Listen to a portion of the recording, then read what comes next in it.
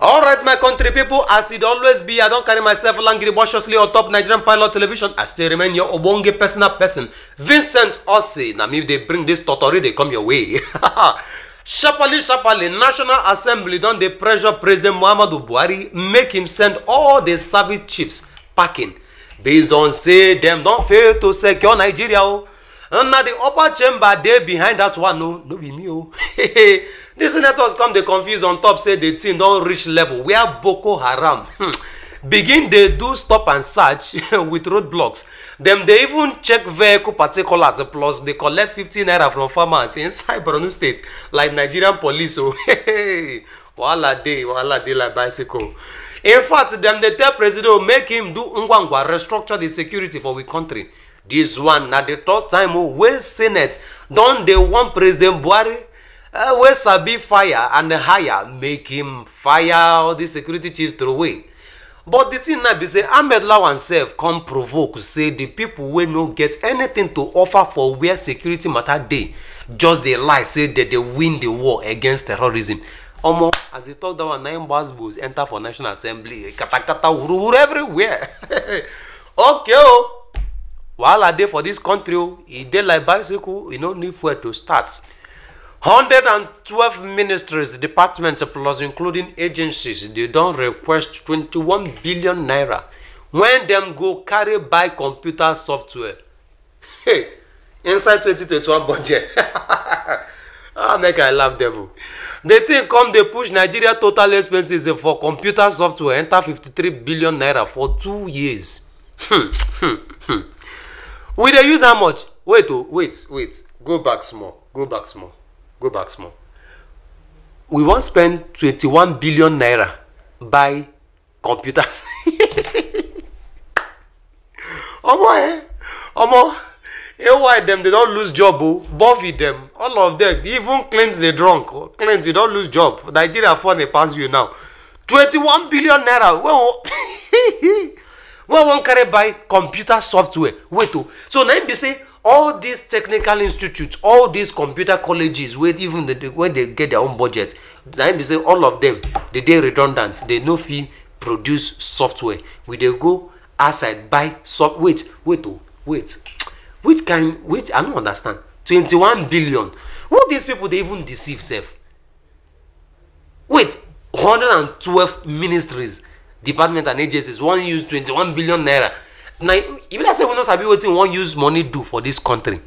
We no sabi at all. We no sabi. Okay, make we dey move. Now so National Film and Video Censor Board say them go use 218 million naira buy software. Nigeria Immigration Service say their own na 9.3 billion naira go waka enter computer software acquisition. National Social Investment Office get 2.3 billion naira on top the software matter. Federal Minister of Finance, Budget and National Planning, their headquarters, that one they want 2.2 billion to acquire software inside 2021. The one way funny me pass, we say for 2020, 84 MDAs say them carry 31 billion naira by this same item. Other MDAs, they but make I stop for here. Now we say in 2 years, 53 billion waka for software. They say when never claim me, be say which kind of software? Which kind of software these people plan to buy? Which I want to know the kind of software where they plan make them buy. Okay, make we leave ministries. State House will be villa. That one don't spend 87 million naira for inside 2 years for software. That one na 62.9 million 2021 and 24.1 million will be say they don't spend already for this 2020 for software. I beg you, we won't do this software now. We no get database. Like all this money they go for software, we no get any database at all. This country una phone you. And now I can't the reason why somebody for Senate, one senator say made them cut all these 400 and something MDAs, ministries, department, made them cut them. Because this is a chop, they just chop the waste money. And I don't remember wetin Ndume talk. You know, people just dey think say na senators they lavish money. No, their hand those ones follow. Okochukwu na the same people. Ndume been talk say na all these executive appointees, ministers and their ministries, say na them they lavish our budgets pass. And I don't see the reason. How you want to spend 21 billion naira for software? So you know if even all these Yahoo boys when they capture, we are not going to even organize them, employ them. As per say they get sense personal for where technology they made it for design, build software for una. Una won't go they spend billions upon billions for software abroad. The software we una won't use, wait till una won't carry them do. Anybody will get answer to this question, make it for answer. I know they condemn am with they improve for technology, but habamana. The money too much now. Eh? The money too much. Jare make una see as lies just they fly like stray bullets, they buy innocent people for this country. Like just they fly, they fly now. You go follow from Garba Shehu, you go fly, enter Lai Mohammed. Remember, say Garba Shehu talk say the farmers wey Boko boys buy for Borno on Saturday. Say they no collect military clearance before they enter their rice farm. You know get waiting person no go see for this country. Minister of Information plus other things Alhaji Lai Mohammed come out say Nigeria they terrorists and him say people no one give them weapon make them fight insurgent too. Alhaji Lai still come talk say terrorists them they enjoy global funding, say Nigeria need make them support them globally. Now make we put break. Alhaji Lai talk that one for Makurdi when he go see Governor Udom of Benue State. Now the report wey just waka come out now be saying him come dey talk say no be waiting him talk o. Say no be true. Say Nigeria no dey for terrorist handle. Why una just dey lie? Una just dey lie anyhow. Now the people for Borno wey be say the place where terrorists dey buy come dey yarn now say that thing wey Garba Shehu talk say na better lie wey get Agbakara. Say they never ever collect pass. Never ever collect pass from military go farm. Say this one wey Garba Shehu just dey talk. Say na you own no. Lies just dey fly like say na police stray bullets. They knacker anybody when he see. They knacker anybody when he see. From Garba Shehu, you go enter Lai Mohammed. No wahala. We dey watch you now. Another person go come talk say even okay, see the one wey just happen. They say na 43 persons wey dem buy. Even the Shekara oga for Boko Haram, Shekau, he don't come and come talk say na 70 something persons na in boys kill. United Nations say na 110. I beg make I dodge my head before lies go knock me come off for head. Okay, seems say una no one do anything on top the protection of life and property inside this country. Former governor of Rivers State, you still dey visualize say hunger will go finish now. Like you still dey dream. Anyway, thank God you don't see future because they can't hunger will go handle Nigeria by 2021. Then I go write them down. No. We just they kill farmers, they go, they ignore, they just they buy farmers, they throw away. They ignore. They go farm, they go kill them. President Buhari say make we go farm. We don't enter farm. Boko Haram say make we no farm, make we come out. No wala. Hunger, they come. Baba Amechi, Rotimi, now go there. You don't see future. We they pray, may God help us. Okay, make I go greet Godwin Emefiele, Governor of Central Bank of Nigeria, based on say courts don't issue suit. We go force and make a contender account to Governor. I dey greet you, sir. I beg we need account. Check and balance. How much self? How much we been realized for COVID give, other private sector give, even personally self then give. How much? I bet how much that account? How much you don't spend? Make we know how far now. No, boys they hate hunger day this country. How much remain for the account? It seems say you know 110 person. Ngwanu na high court wey sit down inside Abuja. They don't grant wetin they call leave to a group Hida Resource Center mark. Them apply for judicial review wey go make CBN governor Emefiele tender account for COVID-19 donations. So it is very important because one thing wey we know they fit do for this country now to the tender account. But we sabi collect money, so me budget collect money. We no go fit tender account. I beg Godwin Emefiele, I carry God beg you. Biko Dan Lassa, come tell us how much we get for COVID-19 bank account. How much dey? If the money don't enter current account, tell us maybe say you go dey multiply. Make we fixed deposit account. Make we know. Abeg o. Now 2021 budget they wan go borrow money fund am. If money still dey COVID account, tell us make we pull money from there. Jejely fund am. Kaduna State Governor Nasiru El-Rufai don enter the book of lamentation, begin lament say governors don frustrate based on say the role where them they play make them tighten security seatbelt for Naija no dey show. As in security don't wear winter jackets inside this country, Obodo Nigeria. El-Rufai don't see the one wey pass shege. But El-Rufai still dey blame NSAS protest sake of say the protest can expose the helplessness of state governors on top insecurity. The governor further lament say they just dey answer chief security for mouth to say na lie yo. Governors no get control of any security outfit inside their domain. Hey, Musa don't see wetin pass her for gate. Governor El-Rufai sir, okay, this one pass una hand. Ungwa make una dey collect security allocation now. Why this one take pass your hand?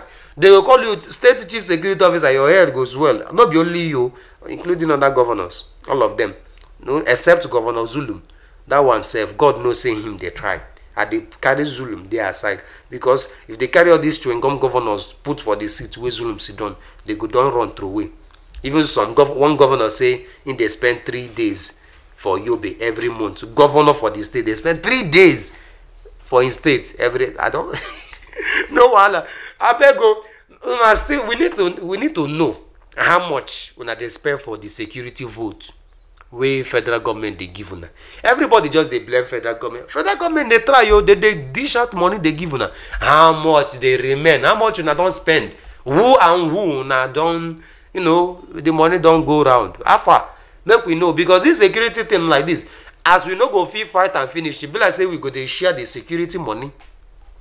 If the allocation will come, even if it's not 1,000 naira, everybody go get. You collect your own share, lock up. na collective property oh. Na collective property. Okay, make I leave Governor El-Rufai. Anybody wey sabi make e hella for me. Governor, no worry, you still be chief security officer for Kaduna State. Just make sure say they no kill Southern Kaduna people finish oh. Make they no kill them finish. Okay, like this on top insecurity matter, military court for Abuja don convict former theater commander Operation Lafia Dole. And Major General Olusegun Adeneye, who been don carry soldiers go waste the Boko Haram for Northeast. Say the man violate some policy on how to use social media for Nigerian army personnel. Hey. Them talk say the policy been come out for June 11, 2018 on top the directives where Chief of Defense Staff General Gabriel Olani Sakin been give. Section 15G of the policy can specifically do God forbid for any personnel to post any video, audio, material, picture during exercises plus operations. Make we pause there, talk wetin happen. The Honorable Major General Baba Sabi post video online. Sabi, you wear army uniform. If I dey do Instagram, you dey do Instagram. I dey do Facebook, you dey do Facebook. Now the Baba carry video wey be say we suppose show operation where they wetin they do. Operation of wetin they do. He carry and go upload for internet. Boom. Upload. And the report come they tell me now say him been don upload the one when he upload sometime. Wey be say in they go operation, they come attack him. Him begin they do live streaming, they give Buratai. Tell them say like 15 machine guns they in front of them like this, oh they shoot boy oh. Say Baba oh, say they leak their message. Now that one that before video when he leak. And they be don't query am say in leak video where they do parade for force headquarters. Now this one can't land. The court martial can't found the Major General guilty sake of saying him produce still publicize one video on top counter insurgency operation inside Northeast. The way him carry do the publicity, can't embarrass plus ridicule the armed forces of Nigeria. He be like say, I don't know whether you don't see that video where SWAT they do training. Nigerian SWAT they do training. And I wait till I be see the video, laugh no creamy. So now him be the reason why they tell them say, they think convince them so they them demote them 3 years from in rank. Him backman can't chop in own 28 days. The backman name na Tokumbo Obanla. Now him hold the phone that day. If I say now him do the posting, no, but anyhow now got phone. The private soldier will be Tokumbo Obanla con chop 28 days inside jail plus hard labor. Sake of say him na accomplice to the crime.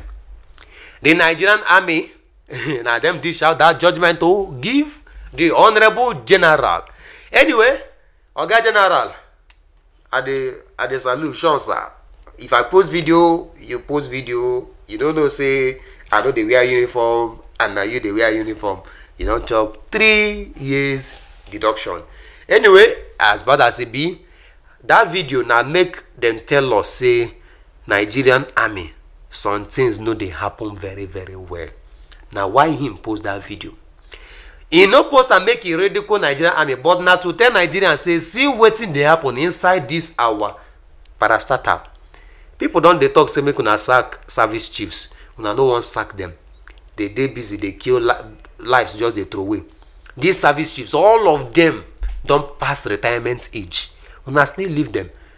Ideas don't run come off for their body. They no sabi produce anything. Una still leave them. No wahala. Not until they kill the whole Nigeria finish. At that time, una go remember say time don't reach make we change service chiefs. Alright, make we begin the move inside another story where resemble the catching of criminals. The Nasarawa State Governor Engineer Abdullahi Sule don't confirm say the people will go by through away the APC chairman inside the state, Philip Shoko, say they don't catch them. Him say they catch suspected 9 persons, but one of them, Mohammed Usman, will be original kidnapper. Confess say him do the killing. They catch Mohammed Usman for Asakio local development area inside Lafia local government area of the state. And there they Babamu and that Asakio area safe and no go area. Okay, another criminal where be say they catch like this. Wait to make you receive them. Nigeria police don't confirm say they don't arrest Abdurrashid Maina for Niamey, Niger Republic. Now the police spokesperson Frank Mba na do this one no top yesterday will be Tuesday 1st of December 2020. They catch the Baba where be say he carry 2 billion naira chop finish for tax force team reform tax force team. Abdurrashid Maina una know we are High Court for Abuja the justice where they there will be Justice Okon Abam. They invite and make he come be say the Baba don't kaput he don't piante. Now the Baba say ngwa make una tell Interpol wey be international police make them begin the dig ground they find where Maina enter. So they even carry the Baba wey shorty for am Ndume carry go put inside jail. Thank God say they don't come out to Ndume. I don't know whether Ndume will continue to the shorty am, but as bad as it be like this they don't catch Maina. You know they don't go anywhere. 2 billion no be 2 naira. He go account for am. In fact, as he don't they run like this, it don't show say him they guilty on top that money. And some people they talk say na 14 billion naira, no be 2 billion. And even if say na 1 billion, Maina, you go give us our money. Any property when you use and buy, operation. Okay, my country now here we go draw the curtain. Which come on top this very session as anyone visit us. Remember to catch us on top YouTube www.nigerianpilot.news. You go see where they write Pilot TV there. Just click them. You go carry you go YouTube. Or make you locate us on top social media as they appear for your screen like this at NIG Pilot TV for Twitter, Facebook, Instagram. Catch me if you can. As events unfold around us, we give you information in Nigeria and around the world. We are the pilot of good information. We are Pilot TV, connecting you to more information as it breaks. We are Nigerian Pilot TV. We are Pilot TV, connecting you to the world.